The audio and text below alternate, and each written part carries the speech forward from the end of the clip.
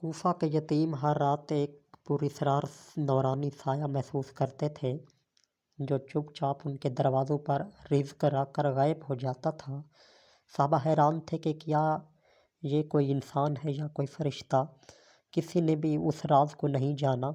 پھر ایک رات ایک چھوٹے بچے نے غائب ہونے والے ہاتھ کو پکڑ لیا اور وہ لمحہ پورے شہر کے دلوں کو ہلا کر رکھ گیا۔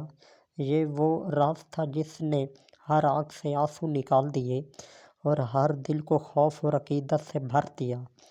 کوفہ کی راتیں ہمیشہ خاموشی کی علامت تھیں، مگر اس رات کچھ الگ سا محسوس ہو رہا تھا۔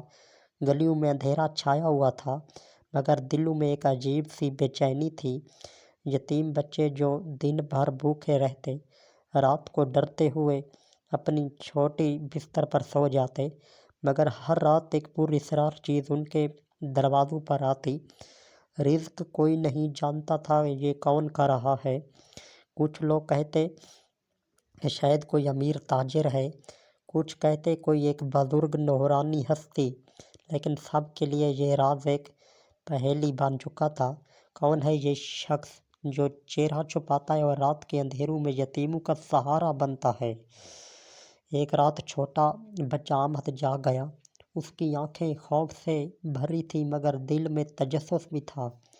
اس نے آہستہ سے دروازے کے نیچے رکھی بوری کو ہاتھ لگایا اور اچانک بوری گر گئی۔ بچے کی لرزاتی آواز گونجی، "رکو، تم کون ہو؟" چند لمحوں کے لیے ہوا رک گئی اور پھر ایک نرم نورانی روشنی پھیلی۔ احمد نے بوری کھولی تو اس میں آٹے، کھجوروں اور ایک پرانی چادر کے ساتھ ایک خط بھی تھا۔ وہ چادر وہی چادر جو صرف ایک شخصیت کے لیے مخصوص تھی۔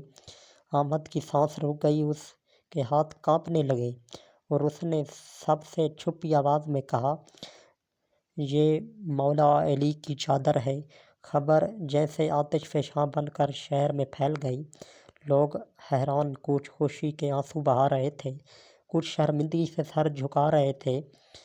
ہر کوئی یہ جاننا چاہ رہا تھا کہ وہ سایہ نما ہستی کون تھا۔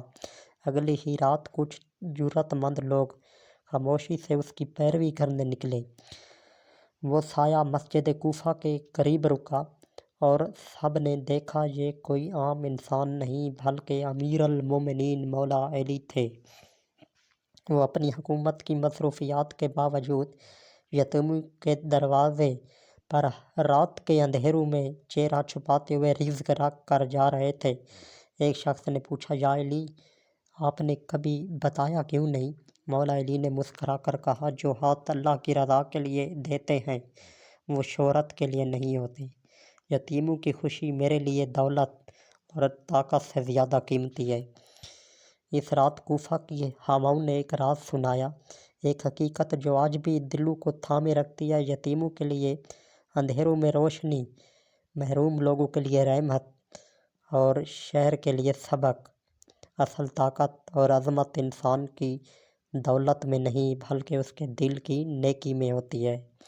یہ وہ راز ہے جو صدیوں سے چھپا ہوا تھا مگر آج بھی ہر پاکستانی کے دل کو لرزا دیتا ہے، اور یہ ہے مولا علی کی وہ عظیم ہستی جو اپنے پیچھے صرف خیر و رحمت کی روشنی چھوڑ گئے۔